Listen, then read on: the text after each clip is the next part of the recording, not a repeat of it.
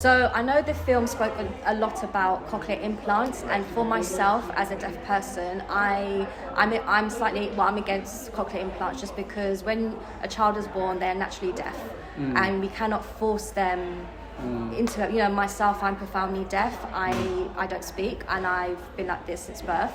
I remember wearing a hearing aid, and it just didn't work for me.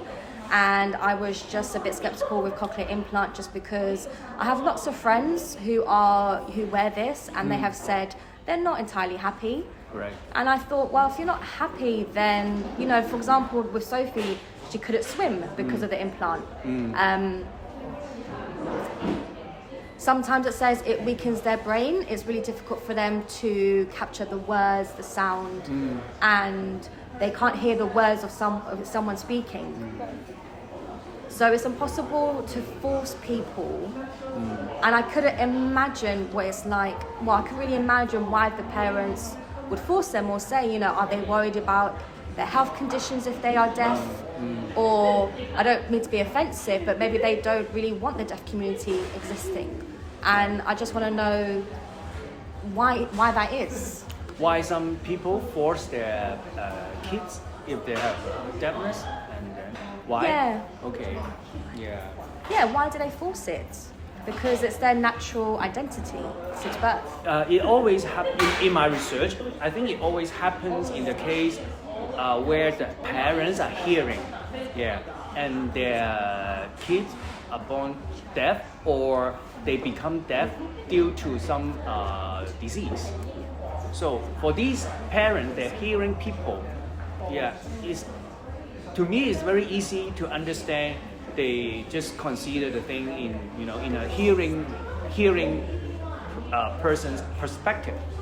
Yeah, and in Hong Kong, particularly in Hong Kong, is a very practical city.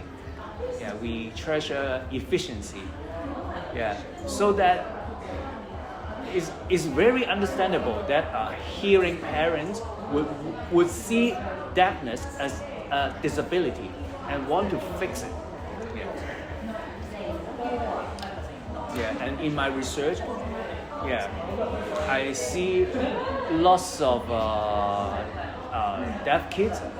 They are forced to use. They are not happy using cochlear implant or using hearing aid. They are forced to speak orally, in a not so with low proficiency, speaking, not so well. So their growing up is not happy.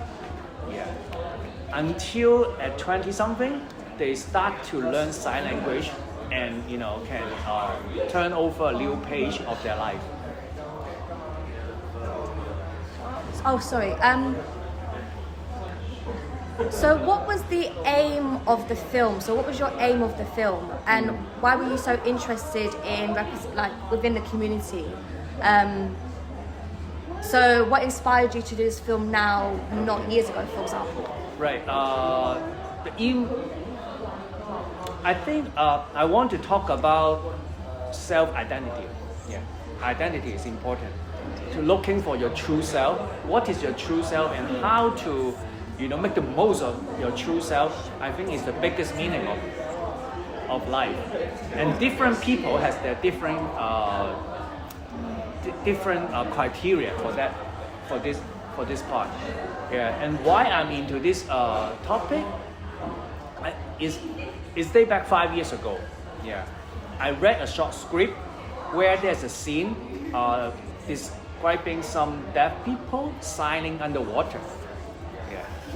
He is a scuba diver. Really? Yes, right. Yes. So I resonated. So I just want to say an interesting story. So in 1981, the Swedish language was recognized, and in schools they started teaching that. And there was a reduction in cochlear implant users at that time. So there was an Australian teacher, and they were hearing, and they did a research about this, and they decided actually within the criteria to adapt this to my school. Which was in Australia. So we were the first school. Claremont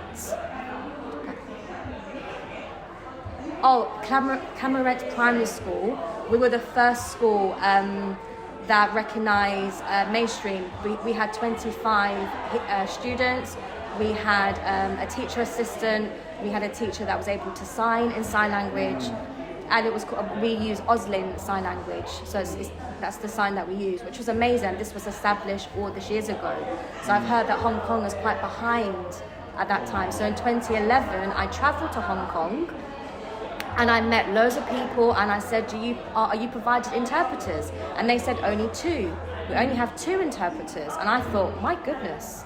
So it's really good for you to showcase this film, to show to the wider society.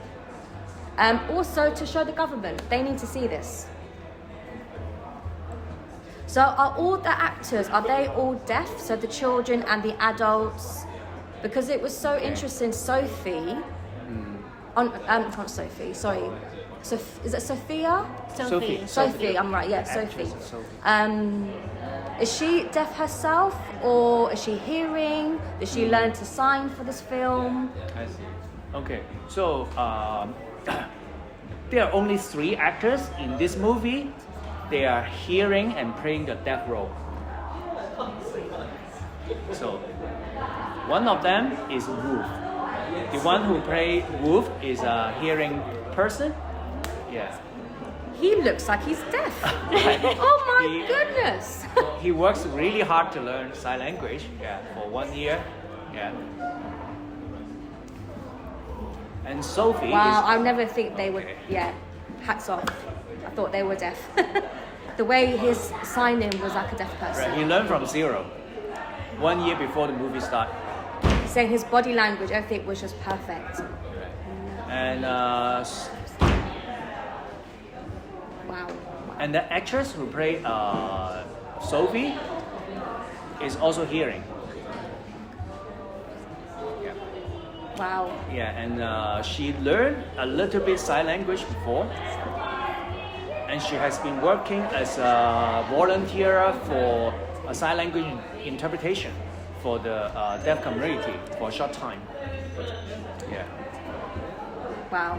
And the third actor, Marco? The third actor, no, Marco is a deaf person. He's the one deaf. you saw, yeah, he's deaf.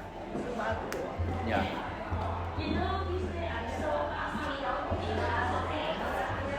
So did he start orally and then learn sign language later in his years, or because he doesn't sign fluently, does he speak and sign? He speaks and sign. Yeah. He learned sign language since 3 years old, I think.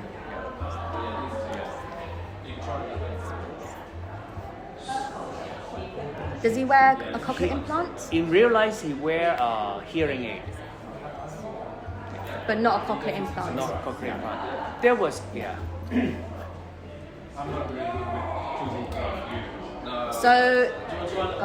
So hearing aid is positive because you can remove it and go snorkeling, Right. diving, it's fine. Yeah. But with a cochlear implant, you're restricted to do so. Right. Yeah.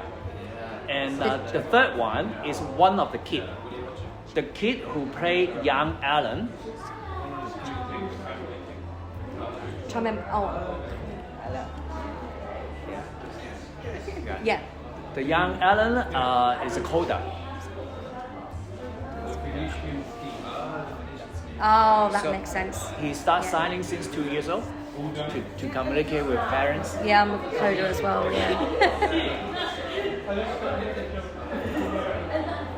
Just wondering, are you considering, or in Hong Kong, are they considering actually having actors who are deaf in films instead of those playing deaf characters? Sorry, can you repeat? So, in the future, will there be films that will cast deaf actors in films without them playing the role of being deaf? I think this movie is kind of revolutionary on this aspect, although it's still not perfect. Yeah. Ideally speaking, I know these 3 actors. If I can find actual deaf actors to play these 3 main roles, would be a perfect situation. But Hong Kong is small. We don't have a professional deaf actors for film. But now we have one, which is Marco.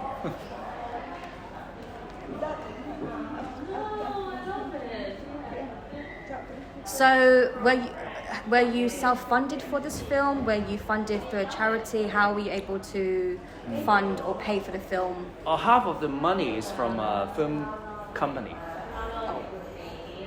Half of the funding is from a commercial film company, and half of them is from a charity organization who basically sponsor the sign language bilingual teaching program in Hong Kong for, I think, for 2 decades. Yeah. And how long did it take to make this film, or to in total? Okay, dating back the moment I had the idea to make a film of this topic, it was 6 years from now. Yeah. Wow. So we do lots of research, but of course, this topic couldn't be a big budget movie. So in terms of the shooting period, it's just like another Hong Kong movie which has a similar budget. I took 20-something shooting days. 27. 20-something shooting days. 27. 20-something. 20, 25. Yeah. 20-ish. Yeah. Oh wow. It's a quick turnover. It's how we make movie in Hong Kong. Yeah. No problem. Just wondering, in Hong Kong,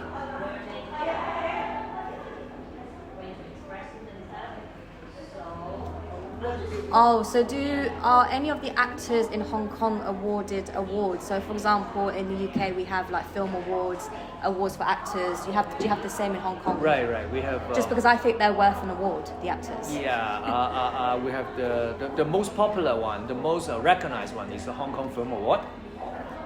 And actually, this film got 7 nominations. Yeah. Marco got 1 as well. Basically, Amazing. all of our actors are nominated. These 3 main actors are nominated. Amazing. We're extremely proud to have a deaf person in the film, because we know in America there's lots of well-known deaf actors, but in other countries it's lovely to see this recognized, and it's just amazing to see this. Thank you. Well, the other child that played Wolf, Nathan. was he deaf or hearing? He's 3 months. He was deaf since 3 months. So a little boy. So he's native, and he's also actually very good with oral speaking. So he's very expressive, as per Adam. He just like mingling with like the other child like in the movie set, and they just got very excited when they first seen each other. It's like their long lost friend basically. You can see that their relationship was beautiful. I think we have to round up here now. No problem, but thank you so much. Thank you very much. Thank you. We've learnt the sign. Thank you. We've learnt so many signs today. It was like, This is thank Hong Kong. you. Yeah.